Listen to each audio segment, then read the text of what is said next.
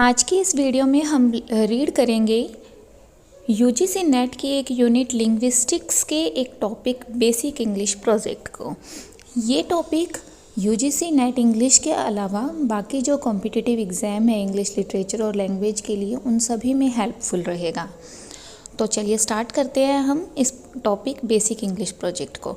जो basic English project है इसमें वर्ड बेसिक इंग्लिश ये एक शॉर्ट फॉर्म है, यानी बैक्रोनिम है। किस चीज़ का शॉर्ट फॉर्म है ये? British American scientific international and commercial English. ये तो थी बेसिक इंग्लिश की फुल फॉर्म। अब हम रीड करते हैं कि आखिर ये प्रोजेक्ट था क्या। It is a controlled language based on standard English. जिस तरह से हमारी जो इंग्लिश लैंग्वेज है वो क्या है, एक स्टैंडर्ड लैंग्वेज है, ठीक है, जो कि आज के टाइम पर यूज़ हो रही है कहीं पर भी, वो एक क्या है, स्टैंडर्ड इंग्लिश लैंग्वेज है। इस स्टैंडर्ड इंग्लिश लैंग्वेज की एक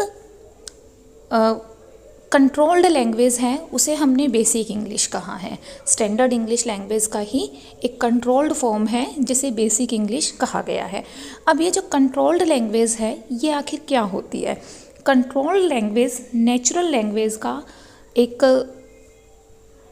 शाखा होती है, एक ब्रांच होती है, एक सबसेट होता है, ठीक है। दैट आर ऑब्टेन्ड मतलब क्या है, कोई भी एक नेचुरल लैंग्वेज या कोई भी हम कहेंगे कि एक स्टैंडर्ड लैंग्वेज, जैसे कि यहाँ हमने एग्जाम्पल लिया है इंग्लिश का, तो जो इंग्लिश लैंग्वेज है उसकी एक उपशाखा यानी कि एक सबसेट है कंट्रोल्ड लैंग्वेज।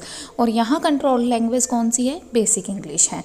ये जो बेसिक इंग्लिश या फिर कोई भी कंट्रोल्ड लैंग्वेज होती है ये किस तरह से बनी होती है? ये बनी होती है मेन लैंग्वेज की ग्रामर को रेस्ट्रिक्ट कर दिया जाता है। देखो, जो मेन लैंग्वेज है वो अपने आप में एक बड़ी लैंग्वेज है, उसका जो स्कोप है वो बहुत विस्तारित होता है और उसको सीखना बहुत ही मुश्किल होता है, जिसमें कि काफ़ी टाइम लग जाता है। लेकिन जो बेसिक बना दिया गया उसका, बेसिक क्या है कि किसी चीज़ के हम बेसिक सीख रहे हैं, मतलब जो मेन थिंग्स है वो सीख रहे हैं, तो उसको ईजी बना दिया जाता है। इसीलिए इसको क्या कहा जाता है? Subset of a natural language या subset of a standard language. तो इसके अंदर इसको इजी बनाने के लिए या बेसिक बनाने के लिए क्या किया जाता है? इसकी ग्रामर को सबसे पहले शॉर्ट कर दिया जाता है, रेस्ट्रिक्ट कर दिया जाता है। जो ज़रूरी ग्रामर्स होती हैं सिर्फ वही हैं इसके अंदर सीखी जाती हैं, और साथ ही इसकी वोकैबुलरी को भी शॉर्ट कर दिया जाता है। ताकि कि इन चीज़ों को क्यों शॉर्ट किया जाता है, क्यों ग्रामर कम कर दी जाती है और क्यों वोकैबुलरी कम कर दी जाती है? ताकि इस लैंग्वेज की जो कॉम्प्लेक्सिटी है यानी जो जटिलता है उसको कम किया जा सके। क्लियर यहाँ तक? देखिए, इट इज़ कंसिडर्ड CL यानी कि जो बेसिक इंग्लिश है इसे हम कंट्रोल्ड लैंग्वेज मानते हैं, but with a greatly simplified vocabulary and grammar. लेकिन ये जो कंट्रोल्ड लैंग्वेज यानी जो बेसिक इंग्लिश है, अगर इसके कंपैरिजन स्टैंडर्ड इंग्लिश से की जाए तो इसके जो वोकैबुलरी है वो बहुत ही सिंपल होती है, और इसी तरह से ग्रामर भी कंपैरिजन की जाए तो बहुत सिंपल होती है इसकी। अब ये जो हमारी बेसिक इंग्लिश है ये कहाँ से आई? It was created by the linguist and philosopher Charles K ओजन as an international auxiliary language. इस लैंग्वेज को फिलोसफर चार्ल्स के ओजन ने बनाया था। ये जो चार्ल्स के ओजन थे ये फिलोसफर भी थे और लिंग्विस्ट भी थे, यानी भाषा विज्ञानी भी थे। तो इन्होंने इसे बनाया ताकि कि क्या किया जा सके, इंग्लिश को एक कॉमन लेवल पर सभी के द्वारा सीखा जा सके। और ये क्यों बनाई इन्होंने? For teaching English as a second language, ताकि इंग्लिश को हर जगह पर सेकेंड लैंग्वेज के तौर पर सीखा जा सके। It was presented in Ogden's 1930 book Basic English a general introduction with rules and grammar. और ये जो लैंग्वेज है बेसिक इंग्लिश प्रोजेक्ट जिसे हमने कहा है, ये इस राइटर की book Basic English journal introduction with rules and grammar नाम के इस बुक के अंदर प्रेजेंट किए गए हैं। मतलब ये जो रूल्स हैं जिसको बहुत इजी बना दिया गया बेसिक इंग्लिश के लिए, या इसकी वोकैबुलरी को बहुत शॉर्ट कर दिया गया, कम कर दिया गया नॉर्मल वोकैबुलरी से, तो वो कहाँ पर हमें मिलेगी? CK ओजन की बुक 1930 में, ठीक है। The first work on basic English was written by 2 Englishman. अब बेसिक इंग्लिश के ऊपर जो पहला काम लिखा गया, पहली बुक लिखी गई, वो लिखी आइवर रिचर्ड्स ने और चार्ल्स के ओजन ने, ठीक है। The design of basic English Drew heavily on the सेमियोटिक theory but forward bye ozone and Richard in 1923 book the meaning of the meaning. जो बेसिक डिज़ाइन था इस इंग्लिश का, कौन सी इंग्लिश का, बेसिक इंग्लिश का, ये सेमियोटिक थ्योरी पर आधारित था। लेकिन ओजन और रिचर्ड ने अपनी 1923 बुक जिसका नाम था द मीनिंग ऑफ मीनिंग में इसको और ज़्यादा आगे डायरेक्शन प्रदान की। ओजन्स basic and the concept of simplified English gained its greatest publicity just after the Allied victory in World War II as a means for world peace. ओजन की ये जो बेसिक इंग्लिश की कंसेप्ट थी ये कब पॉपुलर हुई, जब वर्ल्ड वॉर 2 के अंदर एलाइड विक्ट्री हुई। एलाइड विक्ट्री क्या होता है, एक कंट्री की विक्ट्री ना होकर कुछ कंट्रीज़ की मिलकर वहाँ पर विक्ट्री हुई, जैसे कि यूएसए की, रशिया की, यूनाइटेड किंगडम की, ठीक है। इन सब की जो विक्ट्री थी इन्हें एलाइड विक्ट्री के तौर पर जाना जाता है। ये जो एलाइड विक्ट्री थी इसके बाद यानी वर्ल्ड वॉर 2 के ख़त्म होने के बाद वर्ल्ड के अंदर पीस क्रिएट करने के लिए, शांति क्रिएट करने के लिए ये जो बेसिक इंग्लिश थी ये बनाई गई। अब ये जो बेसिक इंग्लिश थी ये वर्ल्ड के अंदर एक शांति कैसे क्रिएट कर सकती थी। ही वॉज कन्विंस्ड दैट, क्योंकि C.K. ओजन का मानना था कि वर्ल्ड को माइनॉरिटी लैंग्वेजेस को इरेडिकेट करके एक ऐसी लैंग्वेज चाहिए जो कि सिंपल हो, कंप्लीट हो और सिर्फ एक ही लैंग्वेज हो। यानी कि वो चाहता था कि वर्ल्ड के अंदर अधिकतर एक ऐसी लैंग्वेज होनी चाहिए जिसको अधिकतर लोग समझ सकें। अदरवाइज़ क्या है, हर कंट्री की अपनी एक लैंग्वेज है जिसकी वजह से जो कंट्री के लोग हैं वो ग्लोबली एक दूसरे से कनेक्ट नहीं हो पाते हैं, ठीक है, क्योंकि वो एक दूसरे की बातों को नहीं समझ रहे हैं। तो C.K. ओजन का मानना था कि जो पीस है वर्ल्ड के अंदर वो तभी क्रिएट हो सकती है जब लोग सभी एक दूसरे की बातों को समझें, और सभी अगर एक दूसरे की बातों को समझें, ऐसा पॉसिबल कब है, ऐसा तब पॉसिबल है जब उनकी लैंग्वेज सेम हो। Although basic English was not built into a program, similar simplifications have been devised for various international use. Richards promoted its use in schools in China. ये जो बेसिक इंग्लिश थी इसको एक then C.K. ओजन says that there are only 18 verbs in the basic English which he calls operators. क्या कहता है वो कि जो verbs हैं वो बेसिक इंग्लिश के लिए ज़रूरी नहीं है।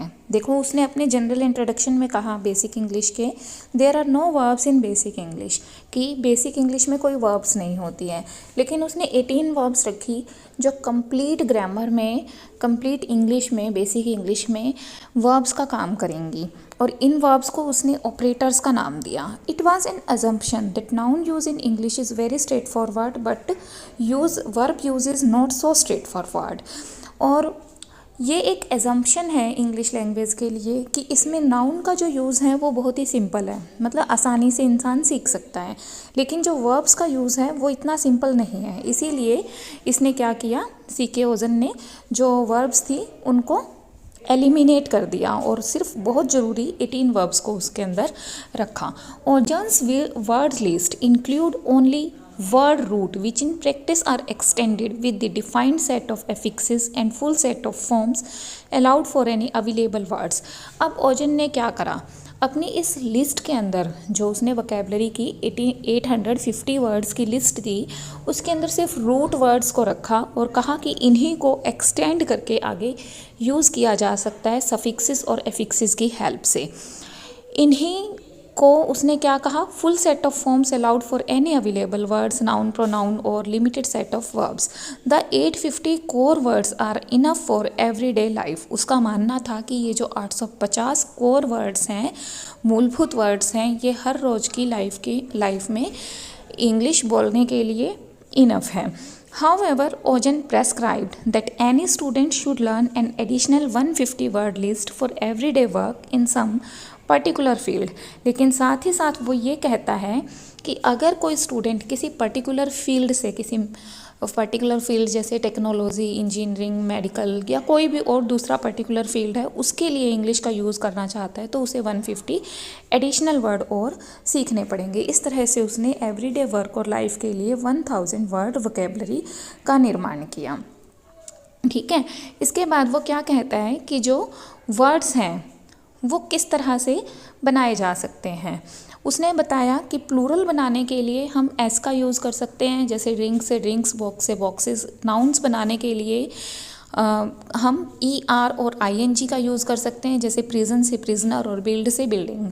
इसी तरह से उसने एडजेक्टिव, एडवर्ब और बाकी चीज़ों के लिए भी हमें बताया कि वो हम किन सफिक्सेस और प्रीफिक्सेस का यूज़ करके किन सफिक्सेस का खास प्रीफिक्सेस का खास कर यूज़ करके क्या बना सकते हैं, हम दूसरी फॉर्म बना सकते हैं वर्ड्स की हेल्प से। ठीक है, अब ये क्या कहता है, कंपाउंड जो वर्ड्स हैं, ठीक है, वो भी बनाए जा सकते हैं दो नाउन्स को कंबाइन करके। जैसे सोप और बॉक्स को कंबाइन करके सोप बॉक्स बना सकते हैं, इसी तरह से एक नाउन और एक प्रपोजिशन को भी हम अगर कंबाइन करते हैं तो एक हम क्या बना सकते हैं, नया वर्ड बना सकते हैं, जैसे सन और अप, सन अप यानी सनराइज। ठीक है, अब ये क्या कहता है, international words that are the same or similar in English and other European languages use the English form. ऐसे इंटरनेशनल वर्ड्स जो कि हर लैंग्वेज में, मतलब इंटरनेशनल वर्ड्स, जैसे कि अब देखिए क्या कहता है ये, इंटरनेशनल वर्ड्स जो कि इंग्लिश में भी सेम है और दूसरी यूरोपियन लैंग्वेज में भी सेम है। अगर हम ऐसे इंटरनेशनल वर्ड्स का यूज़ करते हैं जो दोनों लैंग्वेजेस के अंदर सेम है, तो मोस्टली वो क्या है, इंग्लिश वर्ड्स हैं, जैसे कि रेडियो। ठीक है, तो इस तरह से राइटर ने हमें बताया कि जो बेसिक इंग्लिश है वो क्या है। लेकिन इसी बेसिक इंग्लिश प्रोजेक्ट की बहुत सारी क्रिटिसिज्म भी की गई है। जैसे 1944 में रुडोल्फ फ्लेस्क ने, जो कि एक रीडेबिलिटी एक्सपर्ट थे, ठीक है, उन्होंने एक आर्टिकल पब्लिश करवाया अपना, जिसका नाम था how basic is basic English.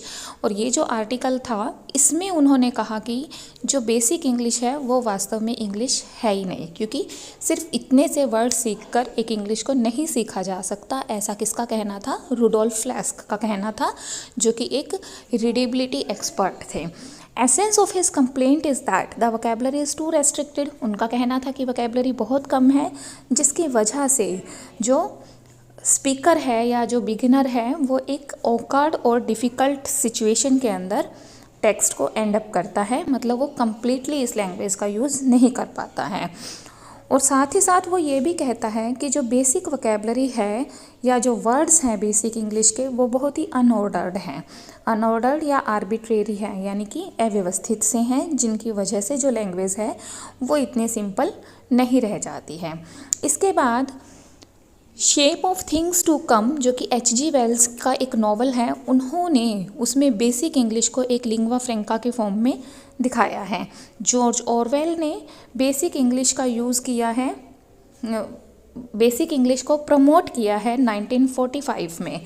और उन्होंने जो बेसिक इंग्लिश है उसका यूज़ 1984 नाम की जो बुक है उनकी, उसमें भी इंस्पायर किया है लोगों को कि वो बेसिक इंग्लिश का यूज़ कर सकते हैं। और उन्होंने एक न्यू स्पीक नाम की जो लैंग्वेज है उसके माध्यम से इसे प्रमोट किया है।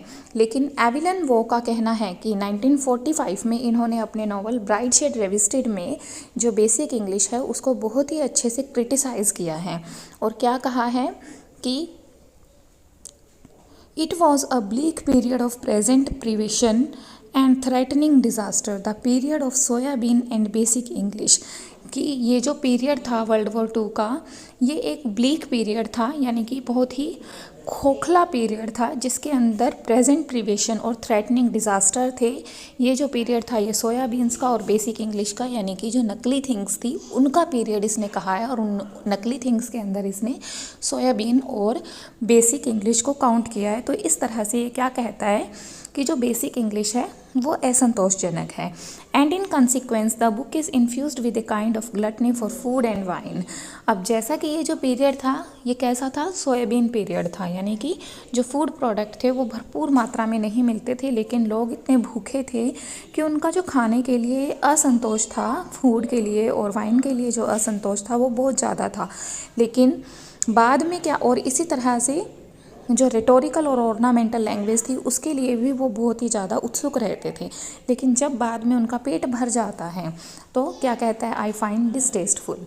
तब मैंने इन दोनों ही चीज़ों को, बेसिक इंग्लिश को और सोयाबीन को, डिसटेस्टफुल पाया। दैट मीन्स जो एविलन वो है वो इसकी बहुत ही अच्छे से क्रिटिसिज्म करते हैं।